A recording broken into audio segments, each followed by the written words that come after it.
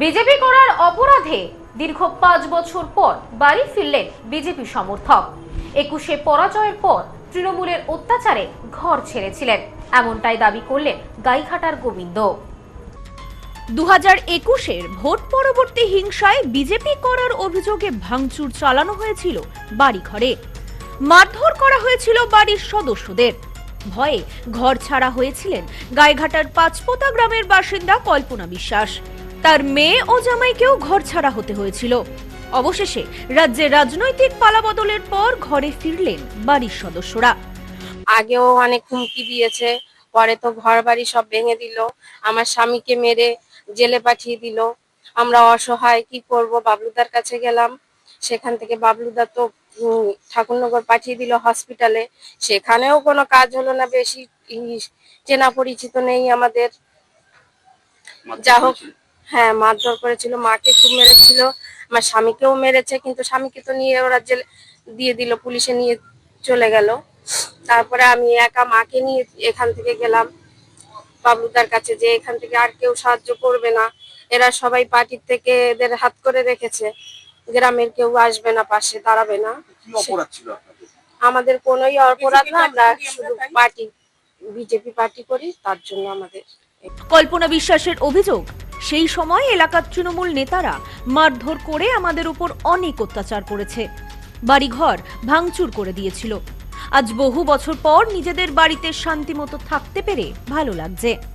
তৃণমূলের থেকে অত্যাচার করে আমাদের বন্ধু জাতি সব ঘর দুয়ার, এই বিকাশ, তারপরে বাবলু, অরূপ বিশ্বাস, তারপরে রবিন কাপালি, এরা সব মিলে অত্যাচার করে, মৃদুর বিশ্বাস, সব অত্যাচার করে আমাদের ঘর দুয়ার ভেঙে দিয়ে আমাদের অত্যাচার মারামারি। আমার হাতে দেখো ব্যথা হয়ে গেছে, আঙ্গুলটা কতদিন সেলাই, আমি হাত দিয়ে ভাত খেতে পারিনি, আমার মেয়ে খাই দিয়েছে, জানো না কি অবস্থা হয়েছে। আমরা বিজেপি পার্টি করি, তার জন্য আমাদের উপরে এত অত্যাচার হয়েছে, জানো না তোমরা। কতদিন আগে, মানে সেই 2021 সাল থেকেই কি আপনি? হ্যাঁ, 21 সাল থেকেই আমি এখান থেকে বাড়ি ছাড়া। কি করেছিলেন? সব ঘর দুয়ার ভেঙে দিয়েছে, আমাদের অনেক আজ মুরগি ছিল সব খেয়েছে। আমার ছেলে কান্না করে বলছে, মা তুমি দেখো এসে কি অবস্থাটা আমাদের করেছে, আমি জানি না কিছু। জানা গিয়েছে সেই সময় কল্পনা বিশ্বাসের জামাই গোবিন্দ দাসকে মিথ্যে মামলায় ফাঁসানো হয়েছিল, জেল খাটতে হয়েছিল তাকে। এদিন ঘরে ফিরে গোবিন্দ দাস বলেন, অনেক অত্যাচার করেছে আমাদের উপর, বিজেপি করার জন্য আমাদের ঘর ছাড়তে হয়েছিল।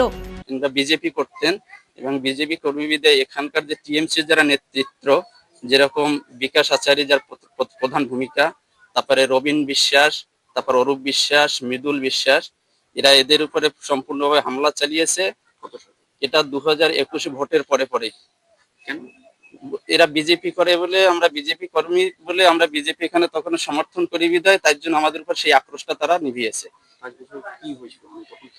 তখনই হয়েছিল যে এরা সব পুরো দলবল বেঁধে চলে এসছে, এসে কোনো বলা নেই করা নেই, এসে আমাদের উপর পুরো সরাসরি হামলা করে দিচ্ছে। তার কিছুটা ভিডিও ফুটেজ বেছে, যেটা আমি আপনাদেরকে দিব। হ্যাঁ, এবং তারা এসে আমাদের উপরে পুরো একসাথে মার ধর সবকিছু গালা খিস্তি খামারে, এবং আমাকে খুব মেরেছে, আমার শাশুড়িকে মেরেছে, মেরে তারপর আমাকে পুলিশে তুলিয়ে দিয়েছে। তুলিয়ে দেওয়ার পরে পিছনের থেকে এদেরকে উপরে খুব অত্যাচার করেছে, মেরেছেন। তখন এরা অসহায়। আপনাকে তোলালো কেন? কি কেস দিয়েছিল?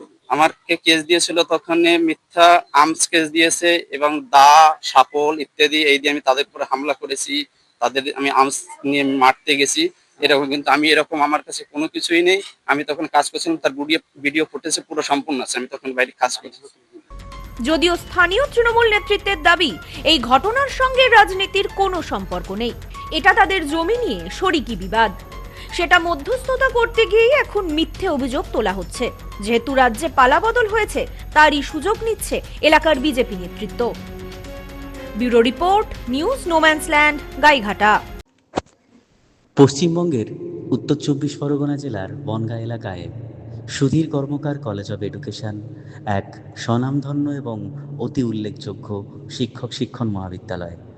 বর্তমান এই শিক্ষক মহাবিদ্যালয়ে নতুন শিক্ষাবর্ষে বিএড অ্যাডমিশন চলছে। তাই বিএড অ্যাডমিশন নেওয়ার বিষয়ে যে সমস্ত শিক্ষার্থীরা আগ্রহী, তারা অতি সত্বর কলেজের অফিসে এসে যোগাযোগ করবেন। আমাদের কলেজের ঠিকানা গোপালনগর, চরচালকি, বনগাঁ, উত্তর 24 পরগনা। পিন নম্বর 7432। 35